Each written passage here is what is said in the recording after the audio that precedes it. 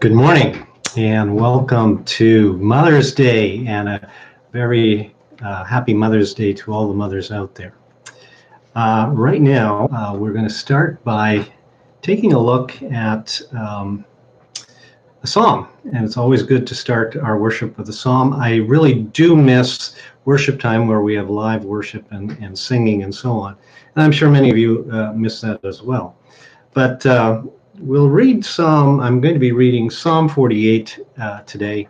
So to set us in a mind for worship, you might say, and to give praise to our God. So here we go, Psalm 48. Great is the Lord and most worthy of praise in the city of our God, his holy mountain, beautiful in loftiness, the joy of the whole earth. Like the heights of Zaphon is Mount Zion, the city of the great King. God is in her citadels. He has shown himself to be her fortress.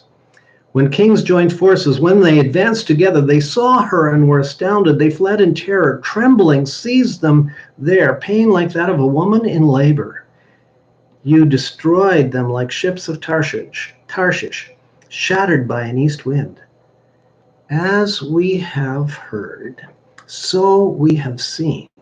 In the city of the Lord Almighty, in the city of our God, God makes her secure forever. Within your temple, O God, we meditate on your unfailing love. Like your name, O God, your praise reaches to the ends of the earth. Your right hand is filled with righteousness.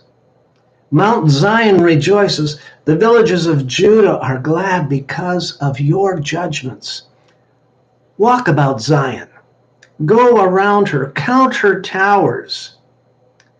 Consider well her ramparts. View her citadels, that you may tell of them to the next generation. For this God is our God forever and ever. He will be our guide even to the end. Those are very encouraging words. He will be our guide to the very end. And he is our God forever and ever, from the beginning of our life to the end of our life. And as we think about mothers, I think it's so appropriate to think about how they have been there for us. And in the same way, God has been there for us and has been our help and our strength.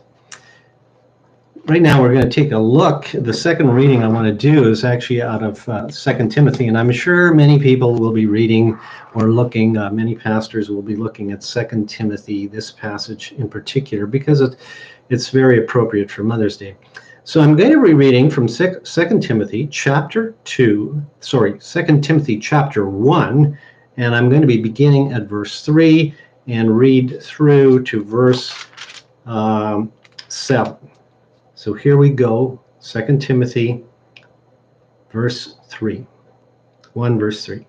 I thank God, whom I serve as my forefathers did with a clear conscience, as night and day I constantly remember you in my prayers.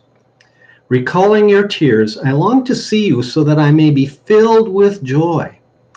I've been reminded of your sincere faith, which first lived in your grandmother Lois and is in your mother Eunice, and I am persuaded now lives in you also. For this reason I remind you to fan into flame the gift of God which was in you from the laying on of my hands. For God did not give us a spirit of timidity, but a spirit of power, of love, and of self-discipline. So in this passage that Paul wrote to his disciple, to Timothy, he reflects back on Timothy's faith and how he came to faith. And his words here are really significant, very significant, especially as we consider the role that mothers play.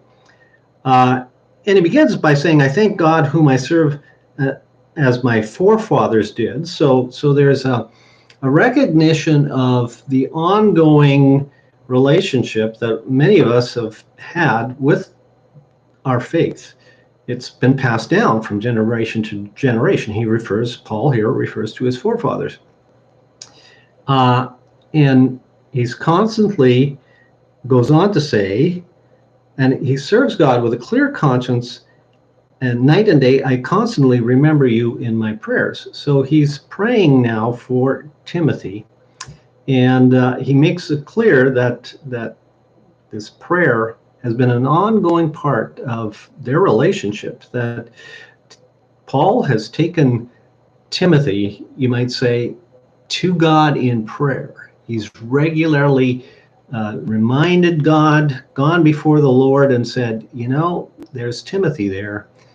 I want you to help him. I want you to look after him. Timothy needs your help. He needs your grace. He needs an ongoing relationship, an ongoing living transformational experience with you. That's implied by what he's saying here. Regularly, constantly in prayer for him. And then he goes on to refer to his mother and father, recalling your tears. I long to see you so that I may be filled with joy. I have to say something here, very specific here. Recalling your tears, he says. I long to see you. So Timothy obviously shed some tears. It says it shed some tears in perhaps in parting between the two of them. So they were not together. I guess this is the reason for the letter. Obviously, is because he wasn't unable to see him in person. Right now, we're in a time when we often can't see those we love in person, and I happen to know that my own mother has shed some tears because she has been unable to see her children in person. And I've been told this several times. I called her on Monday, and we spent a little bit of time in prayer on the telephone, but we've been unable